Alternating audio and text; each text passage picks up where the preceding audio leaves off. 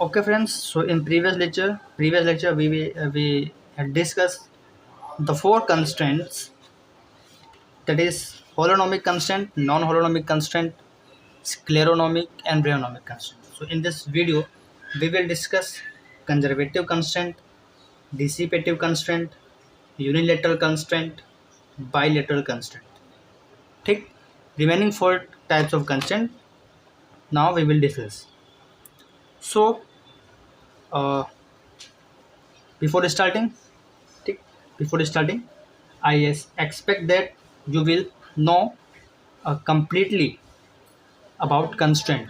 ठीक, you will know या you know completely about constraint. आपको constraint के बारे में पूरे तरीके से पता है क्योंकि हम टाइप्स कर रहे हैं और रिमेनिंग फोर टाइप्स कर रहे हैं. मेन फोर टाइप्स हम लोगों ने कर लिए. ठीक, अब ये रिमेनिंग फोर टाइप्स हैं. इसके बाद देखेंगे कि कौन कौन से एग्जाम्पल्स यहाँ पे डिज़ाइन किए जा सकते हैं. और फिर मैंने होलोनॉमिक में बताया था कि होलोनॉमिक वो कंस्टेंट होंगे जिनको हम इक्वेशन के फॉर्म में लिख पाएंगे. नॉन होलोनॉमिक में इनइक्वलिटी आ जाएगी. ठीक, स्क्लेरोनॉमिक में टाइम इंडिपेंडेंट होगा, रियोनॉमिक में टाइम डिपेंडेंट होगा. कंजर्वेटिव में देखते हैं क्या.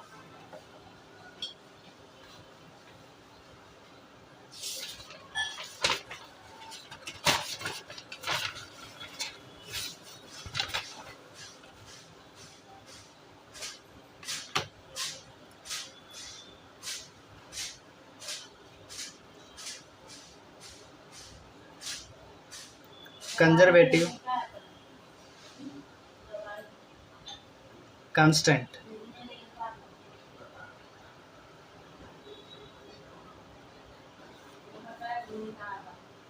कंजर्वेटिव कांस्टेंट थोड़ा सा यहाँ पे एनर्जी से रिलेटेड है. So see if the total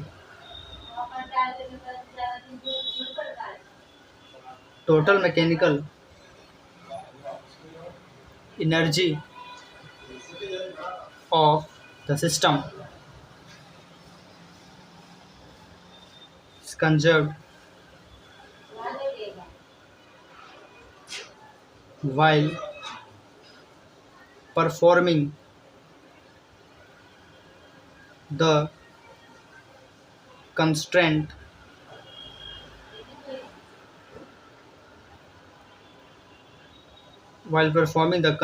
motion, then such constraint are known as what? Conservative constant. So definition से बहुत अच्छे से क्लियर हो रहा है. व्हाट? कंस्टेंट मोशन के दौरान जब उस सिस्टम की टोटल मैकेनिकल एनर्जी कंजर्व रहेगी तो उसे बोलेंगे हम लोग कंजर्वेटिव कंस्टेंट. ठीक, so during the motion the total mechanical energy of the system is conserve, then such type of constant are known as conservative constant. In this constraint,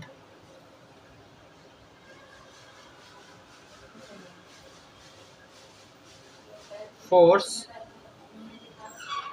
do not do any work. ऐसे constant में force का कोई काम नहीं होता. ठीक, क्योंकि total mechanical energy तो कंजर्व रहेगी. सो यहाँ पे फोर्स ऐसा कोई यहाँ पे खास रोल नहीं है. ठीक, एग्जांपल की बात करेंगे तो ये एग्जांपल आप रिजिड बॉडी में भी दे सकते हो. ठीक है, जो रिजिड बॉडी हम लोगों ने होलोनॉमिक में देखी थी, सेम कंडीशन, वही रिजिड बॉडी अगर आप लोगे तो एग्जांपल लिख लो. ऐसा बहुत यहाँ पे ये इंपॉर्टेंट नहीं है तो मैं एग्जांपल लिखवा दे रहा हूँ. पहला है रिजिड बॉडी जो कि कंजर्वेटिव कंस्टेंट में आएगा. सेकंड है वही आपका पेंडुलम वाला, क्योंकि वहाँ पे भी टोटल मैकेनिकल एनर्जी क्या होती है? कंजर्व होती है ड्यूरिंग द मोशन. तो सिंपल पेंडुलम, लेकिन इसमें क्या है कि रिजिड सपोर्ट होना चाहिए. विद द रिजिड सपोर्ट तो वो कंजर्वेटिव कांस्टेंट में आ जाएगा. ठीक है, बाकी सिंपल पेंडुलम वगैरह क्या है, रिजिड बॉडी वगैरह क्या है, मैंने काफ़ी डिटेल में पढ़ाया है स्टार्टिंग के लेक्चर्स में. तो वहाँ से अगर आप देखते आ रहे हो तो प्रॉपर आपको समझ में आ रहा हो. Now next constraint is dissipative, इसी का ही opposite,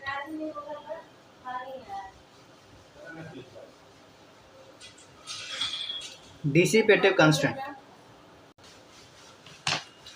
So in this, if the constant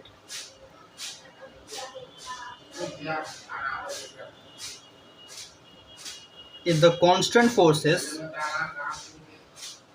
do not work, if the constant forces do not work, forces काम नहीं कर रही हैं यहाँ पे भी, बट वहाँ पे टोटल मैकेनिकल एनर्जी कंजर्व थी, यहाँ पे नहीं होगी, and the total mechanical energy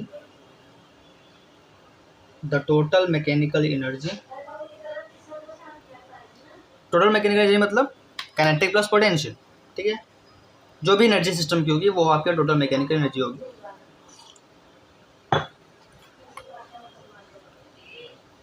is not conserve hair, ठीक, यहाँ पे टोटल मैकेनिकल एनर्जी कंजर्व नहीं होती है, then such constraint is called what, dissipative. तब ऐसे कंस्ट्रेंट को हम बोलेंगे डिसिपेटिव कंस्ट्रेंट, ठीक, डिसिपेटिव कंस्ट्रेंट। अब ऐसे कौन कौन से एग्जांपल्स हैं जहाँ पे टोटल मैकेनिकल एनर्जी कंजर्व नहीं होगी? जैसे पहला ही ले लो, डिफॉर्मेबल बॉडी का एग्जांपल। तो जो वहाँ पे कांस्टेंट फोर्सेस हैं जब वर्क नहीं कर रही हैं तो वहाँ पे मतलब टोटल मैकेनिकल एनर्जी कंजर्व नहीं हो पाती, डिफॉर्मेबल बॉडी एग्जांपल है, ठीक है। मतलब कुछ भी वेरिएबल चीज़ ले लो वो डिसिपेटिव चला जाएगा। तो आप ले लो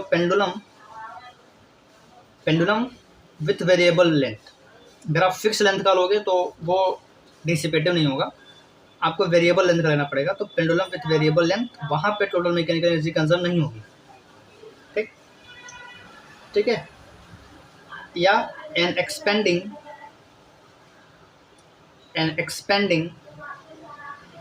और contracting spherical container of gas, ठीक। एक स्फेरिकल कंटेनर लो जिसमें गैस, जिसमें कोई भी यहाँ पे लेट्स सपोज गैस है और वो एक्सपेंड कर रहा है, कंटेनर कॉन्ट्रैक्ट कर रहा है, तो वो भी आपका कहाँ पे जाएगा, मतलब वहाँ पे भी टोटल मैकेनिकल एनर्जी कंजर्व नहीं होगी। तो ये सारे जो हैं डिसिपेटिव कंस्ट्रेंट में आएंगे। नाउ रिमेनिंग टू आर, एक है यूनिलेटरल और दूसरा है बाइलेटरल। तो पहले बात करते हैं यूनिलेटरल।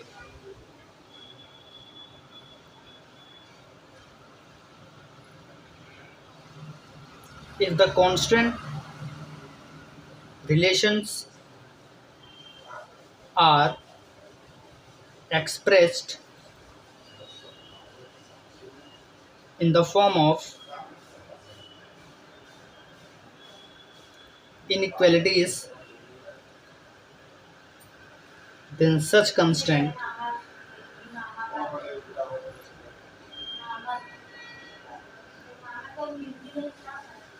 are called unilateral, ठीक। ऐसे कांस्टेंट में भी क्या होता है कि यहाँ पे जो कांस्टेंट रिलेशन है उसको हमें एक्सप्रेस करते हैं in the form of inequality. तो यहाँ पे भी इनइक्वालिटी आ गई, इससे पहले कहाँ पे आ रही थी, नॉन होलोनोमिक में भी आ रही थी, ठीक। तो यूनिलेटरल कांस्टेंट में भी क्या है, जो कांस्टेंट रिलेशन है वो in the form of inequality express किया जा रहा है, ठीक। पर इस केस में क्या है, in this case at some point, किसी पॉइंट पे ड्यूरिंग मोशन, किसी पॉइंट पे नो फॉरवर्डिंग मोशन पॉसिबल, किसी पॉइंट पे फॉरवर्ड मोशन पॉसिबल नहीं होगा, ठीक है, किसी पॉइंट। तो जैसे पिछला वाला एग्जांपल था, कौन सा, ये वाला, एन एक्सपेंडिंग और contracting spherical container of gas, ठीक। तो ये आपका कहाँ पे आ जाएगा, ये आपका यूनिलेटरल में भी आएगा, डिसिपेटिव भी है क्योंकि यहाँ पे भी टोटल मैकेनिकल एनर्जी कंजर्व नहीं है, बट यहाँ पे हमें एनर्जी का कोई रोल प्ले नहीं हो रहा है, ठीक है, यहाँ पे कोई एनर्जी का टर्म्स नहीं यूज हो रहा है, यहाँ पे सिर्फ in the form of inequalities. तो स्फेरिकल कंटेनर वाला जो एक्सपेंशन है, कंट्रक्शन है, वो इनइक्वलिटी, ठीक है, एक्सप्रेस करता है। दैट्स वाई ये वाला जो एग्जाम्पल है वो यूनिलेटरल का भी एग्जाम्पल, ठीक। तो सेम एज एग्जाम्पल में लिख लो, same as 3 in dissipative constraint.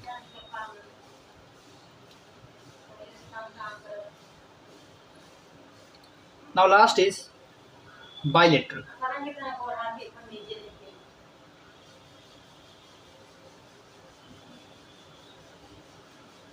Bilateral constraint. अब यहाँ पे क्या हो रहा है, यहाँ पे इक्वेशंस के फॉर्म में एक्सप्रेस कर पाएंगे, जैसे होलोनॉमी में the constant relation are expressed in the form of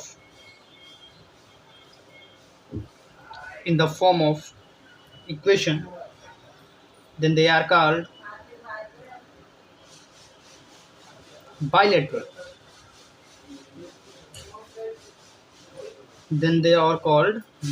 constraint।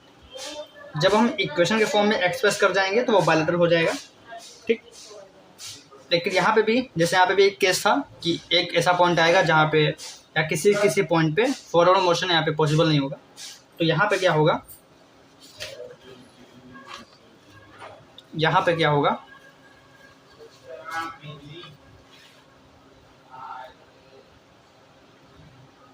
At any point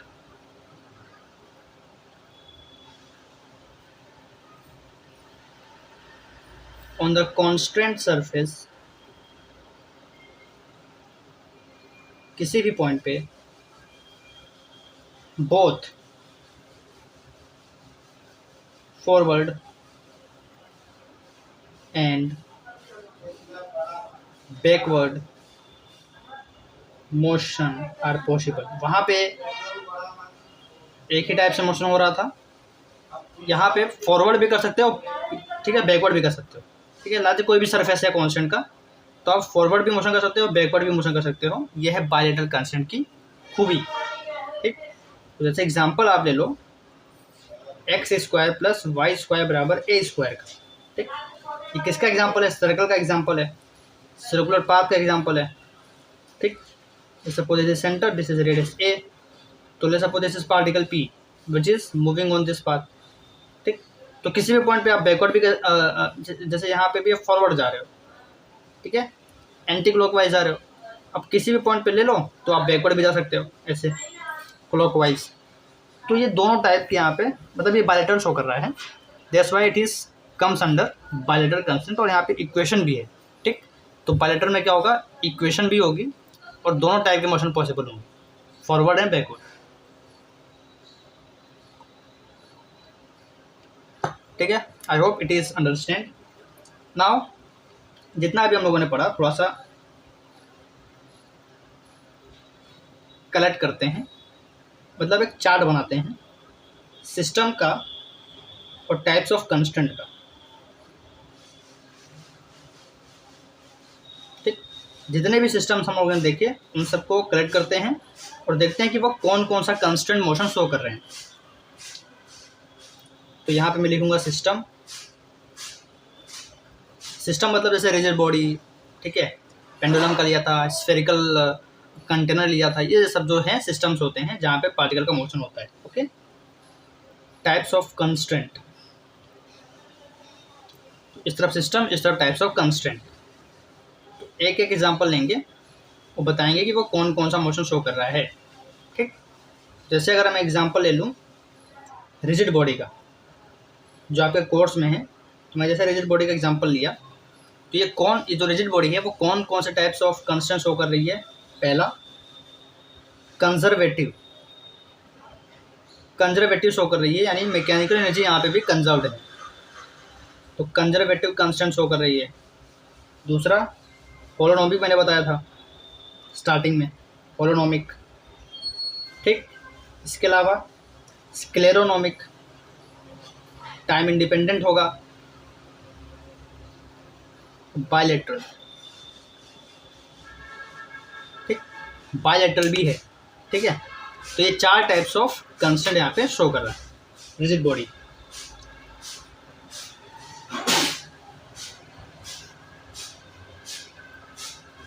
deformable bodies,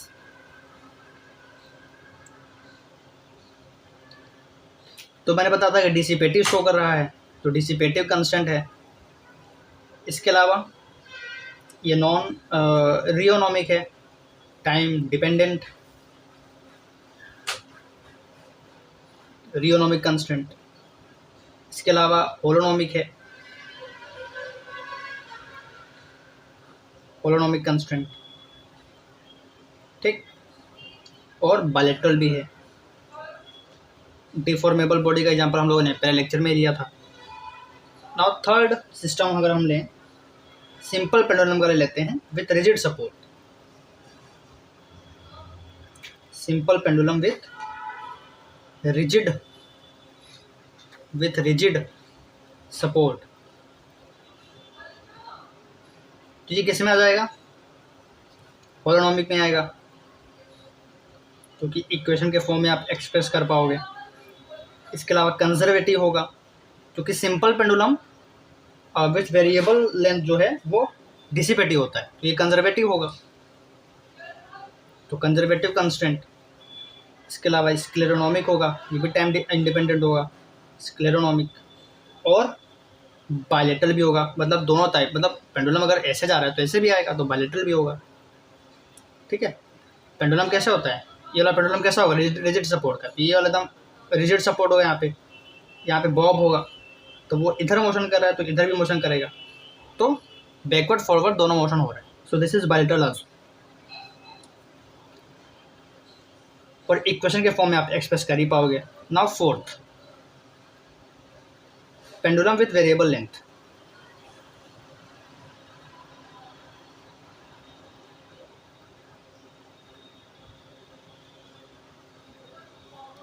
again ये कंजर्वेटिव था तो ये डिसिपेटिव होगा। पेंडुलम है तो बायलेटरल तो होगा ही होगा, और होलोनॉमिक भी होगा। काफ़ी चीज़ें आप यहाँ पे सिमिलर ही हैं, तो अंदाज़ा लगा सकते हैं। लेकिन जो ये वेरिएबल लेंथ वाला है ये रियोनॉमिक होगा, नॉट स्क्लेरोनॉमिक, ये रियोनॉमिक होगा, क्योंकि वेरिएबल लेंथ का हो गया तो टाइम डिपेंडेंट हो जाएगा। ओके, तो कुछ और लेते हैं, एक और सिस्टम लेके दिखाता हूँ मैं आपको। फिफ्थ, चलो वो वाला लेते हैं, एक्सपेंडिंग और कॉन्ट्रैक्टिंग वाला। एक्सपेंडिंग और contracting gas field container. Expand और कॉन्ट्रैक्ट कर रहा है तो आप समझ गए होगा डिसिपेटिव होगा। डिसिपेटिव में मैंने एग्जांपल भी लिया था, तो दिस इज डिसिपेटिव कंस्टेंट। इसके अलावा ये होलोनॉमिक भी होगा, ठीक है, रियोनॉमिक होगा, टाइम डिपेंडेंट होगा। जनरली जो डिसिपेटिव है वो रियोनॉमिक होगा ही हुआ, ठीक है, जो डिसिपेटिव है वो जनरली क्या होगा? रियोनॉमिक तो होगा ही होगा। देन दिस इज यूनिलेटरल, ये यूनिलेटरल है, ओके। अगला एग्जांपल लेते हैं, रोलिंग विदाउट स्लाइडिंग। रोलिंग का एग्जांपल ले रहा हूँ, ठीक है, विदाउट स्लाइडिंग, लेकिन स्लाइड नहीं कर रहा है, वो रोल कर रहा है बट स्लाइड नहीं कर रहा, ओके। तो ये आपका आएगा नॉन होलोनॉमिक। तो ये नॉन होलोनॉमिक कंस्टेंट का एक दूसरा एग्जांपल है कि rolling of any body, any particle without sliding. Gas field in hollow sphere, अगर होलो स्फीयर में गैस फील्ड है तो वो कैसे कंस्टेंट को शो करेगा? पहला स्क्लेरोनॉमिक, कंजर्वेटिव, ये वाला कंजर्वेटिव शो करेगा, टोटल मैकेनिकल एनर्जी इस सिस्टम में कंजर्व्ड होगी। होलोनोमिक होगा और यूनिलेटरल। ठीक, ये डिफरेंट यहाँ पे हम लोगों ने सिस्टम्स देखे, टोटल 7 सिस्टम देखे, और कौन कौन सा कंस्टेंट शो करेंगे ये भी हमने देखा। तो नेक्स्ट वीडियो में मिलते हैं जहाँ पे हम बात करेंगे डिग्री ऑफ फ्रीडम की, और ये बहुत ही इंपॉर्टेंट टॉपिक है। तो अगर आपको आगे के कॉन्सेप्ट समझने हैं तो डिग्री ऑफ फ्रीडम मस्ट है कि आपको आना ही आना चाहिए। ठीक, so in next video we will discuss DOF, degree of freedom.